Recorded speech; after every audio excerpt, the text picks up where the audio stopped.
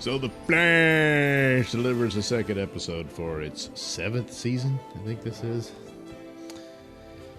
Yeah, that was probably too many.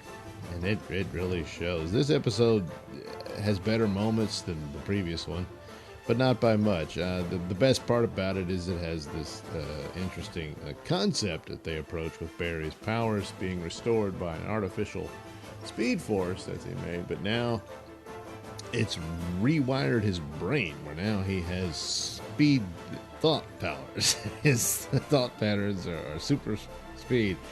And he starts off going on about how my emotions had been used against me by my enemies. So he abandons all emotion and becomes, the Mr. Spock Flash. And, but even more dead inside than he is. It happens very quickly. It becomes across pretty cheesy. And it also comes across, I mean, I know he's playing it deadpan because he would have to, but at the same time, it just... Poor Grant Gustin must be tired of this show. He came across as exhausted. And I mean, look, this was done in the middle of the outbreak, so they had all these lockdown rules and stuff to even get a show done. And so stuff like that, I'm sure, played up on it. Cisco comes back, and of course, he's a good character.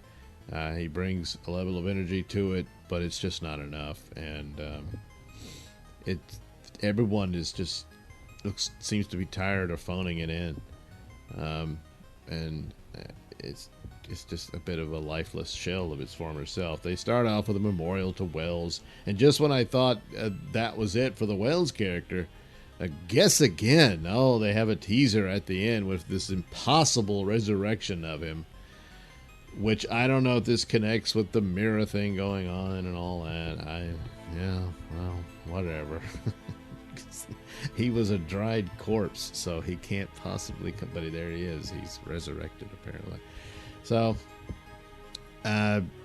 is that really intriguing and fascinating? No, not really, considering how they how they handle all their concepts and whatnot.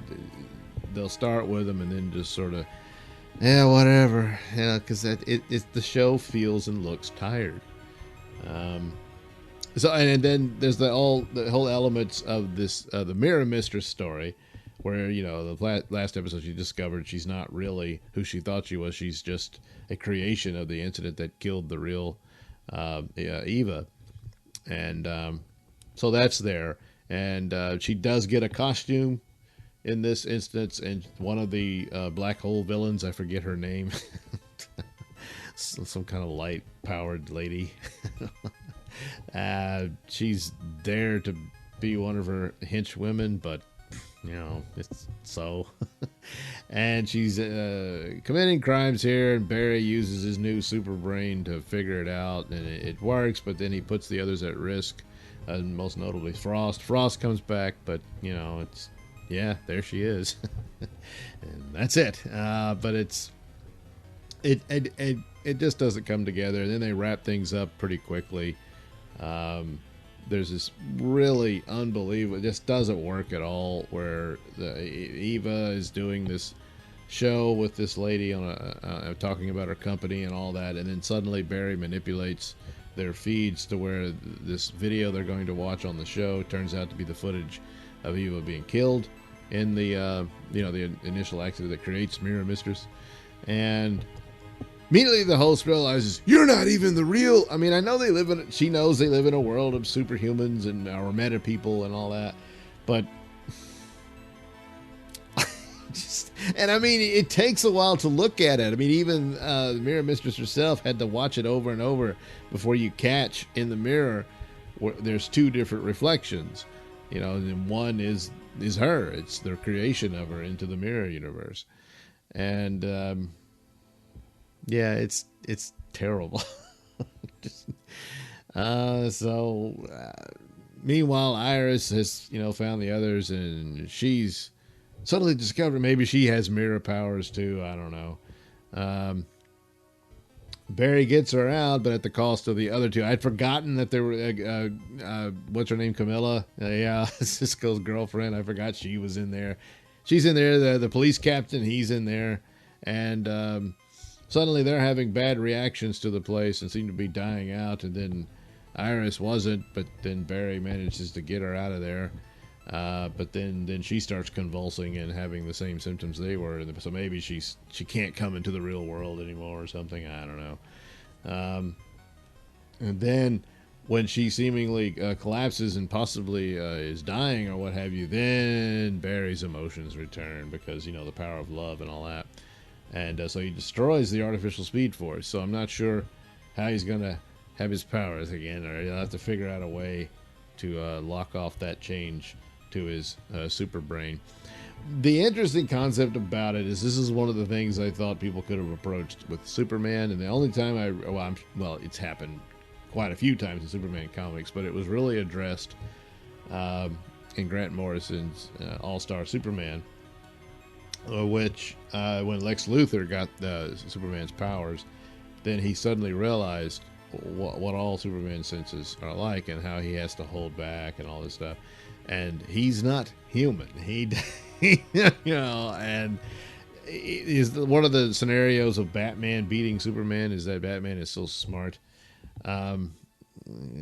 Even if Superman is just an average IQ guy from Krypton, he's still infinitely smarter than any of us because his brain operates so damn fast. The better take on Batman defeating Superman at any point is because Superman lets him. Just a lot of kryptonite. Yeah, that's your best bet, and that's all you can do. And because Superman holds himself back, someone like Zod doesn't. So he has to be extra careful and restrained and all that, and that's all part of the burden of his heroic nature. And so with Flash having super speed, some of that it stands to reason that he would think a lot faster than other people. Now they did it for this device here about him being cold, and emotions really matter, and we got to talk about our feelings, which they do. There's a lot of feelings, whoa feelings, and not just the Memorial. What's her name, Allegra? Suddenly she cares about Wells after she treated him like crap. Man, they talk about it like it's a very woke show and it's pro-woman and all that, but they keep portraying women as just psychos. Yeah, you see a lot of that. Even like when you think about WandaVision, how that is, she literally tortured those people. Yeah, she didn't mean to. She was going through something. Yeah, she had, she was suffering a psychosis, so there is that. But that's a very bad thing she did. And this keeps happening in in our new woke era of entertainment. I think they're really empowering women when they're just turning them all into psychopathic monsters.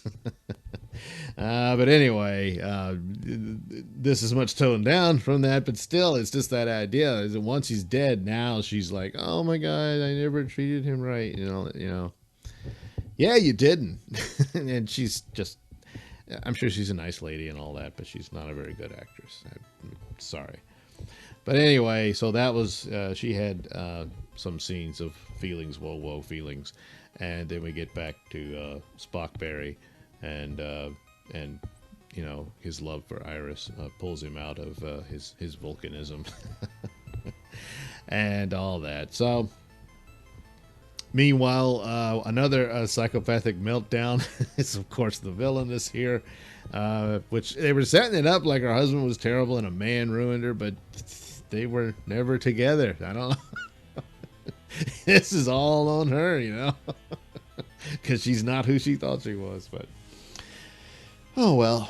And then they show you this scene. They re-show the scene of Eobon Thawne taking over Harrison Wells' appearance, but in doing so, he killed him, and so his